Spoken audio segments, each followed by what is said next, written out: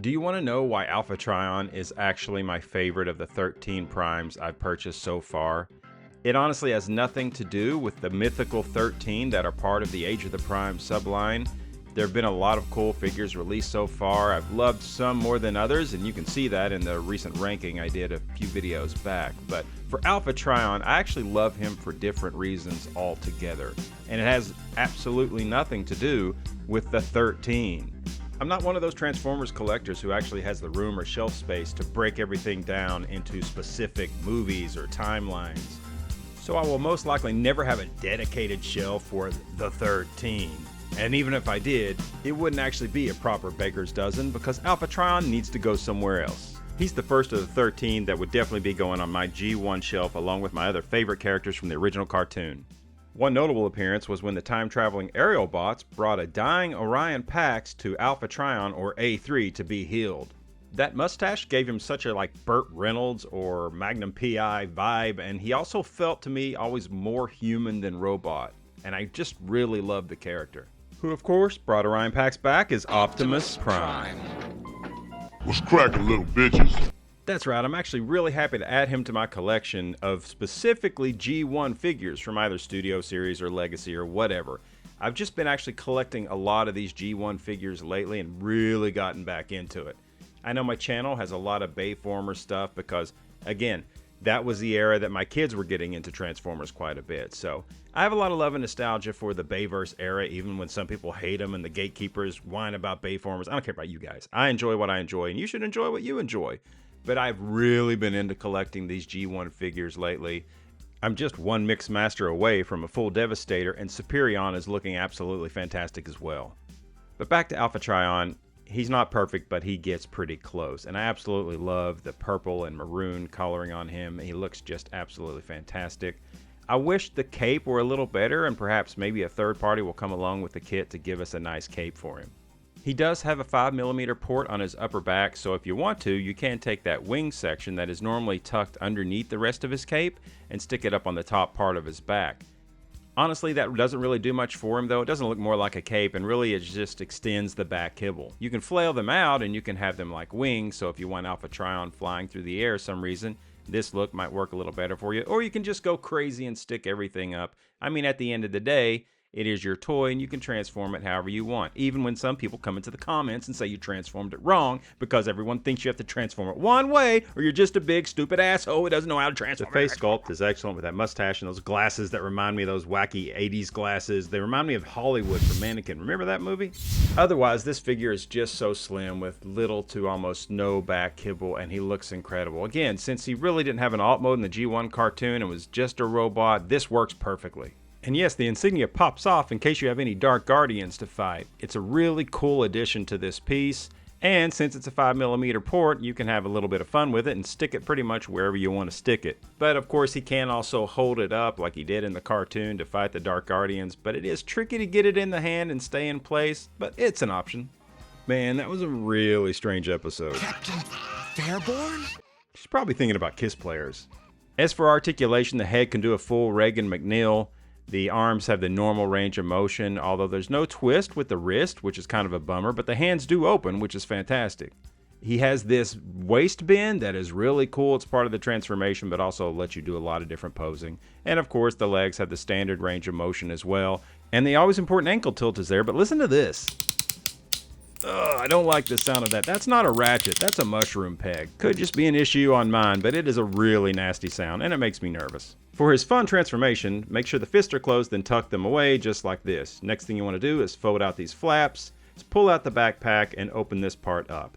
That gives you room to push the head down and slide this blue piece up on top of it. Lift the backpack back up, give the waist a 180, and then twist the arms around as well. Now you can fold those flaps down in preparation for the next stage of the transformation. And that's of course the legs. So tuck those heels away in both of the feet and then do this. Twist the leg around just like so. And then you can push the feet down, make him do a funny little dance, and then you can push the legs together and tab them into place. The next thing you want to do is take these knee guards and just kind of pull them out to the side and position them down in place on either side, just how it looks on mine. So once you have them in place and looking just like this, we can start with the next part, which is super fun. Bend that waist down and bring the whole cockpit forward. It should snap into place fairly easily, and once it does, you can line up the flaps. And then the last step is just going to be snapping the arms in on either side. Now, assuming you remove the wings from the back, you're going to want to take those and use this peg here and this slot here to snap on the underside of Alpha Trion. It should click into place really nice, and then you can use these tabs to lock them down. Now, I found that to be a little tricky, and the wing would catch right here, but otherwise it was just fine. And what you're left with is a really cool Cybertronian alt mode that he never really had in the cartoon, but I understand it, this was concept art for, I believe, the comic. Correct me in the comments if I'm wrong on that. We might as well mention another one of his really cool accessories, which is the Covenant of Primus. Probably his coolest accessory, I think, because I love books, and it's fun and unique to have a book as an accessory for a Transformers figure. It opens up, and you have the Cybertron image there in the front, and then you have some language inside. Of course, Alpha Trion wrote a lot of Transformers history into the Covenant of Primus, so this is really cool to have. And it does have a 5mm peg on the back, so he or any other of a number of Transformers can hold it. Of course, it also will slot perfectly into the underside of his alt mode and does an incredibly clean job of just closing up that space perfectly. His artifact is, of course, the quill gifted to him by Primus himself, and that will attach right there on that tab to under the wing just like that. And there, once you have everything in place, is his really cool alt mode. I actually really love this mode.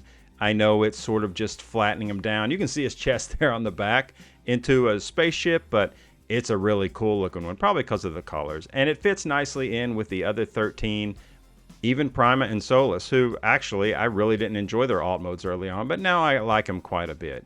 Here we can show a little comparison of him with Solus and Prima, there with Alchemist, and of course Megatronus the tank, which looks great. But of course, we love him with these G1 figures, and I think he fits in just as well with these guys.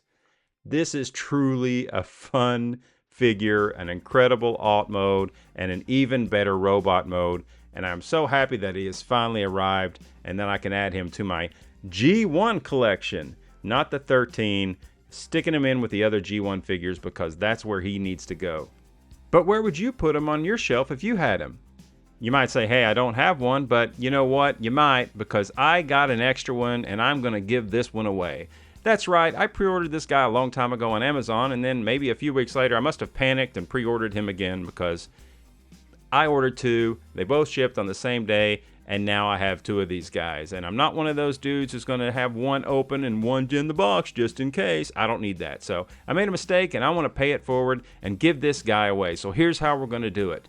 If you want to try and win this Alpha Trion, all I need you to do is please be subscribed to the channel because that really helps.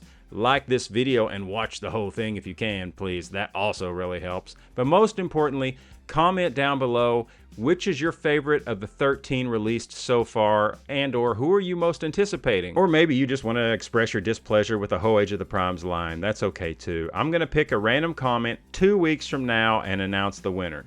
So please just leave a thoughtful comment down below and let's get the discussion started. I will pick a random comment, like I said, 2 weeks from now. I'll respond to your comment and we'll do a quick little verification process to make sure it's you and get your shipping address, and then I'll get that shipped right out to you. We're going to do worldwide this time on the giveaway, so good luck to everyone that enters and have a wonderful day. And again, please subscribe and like.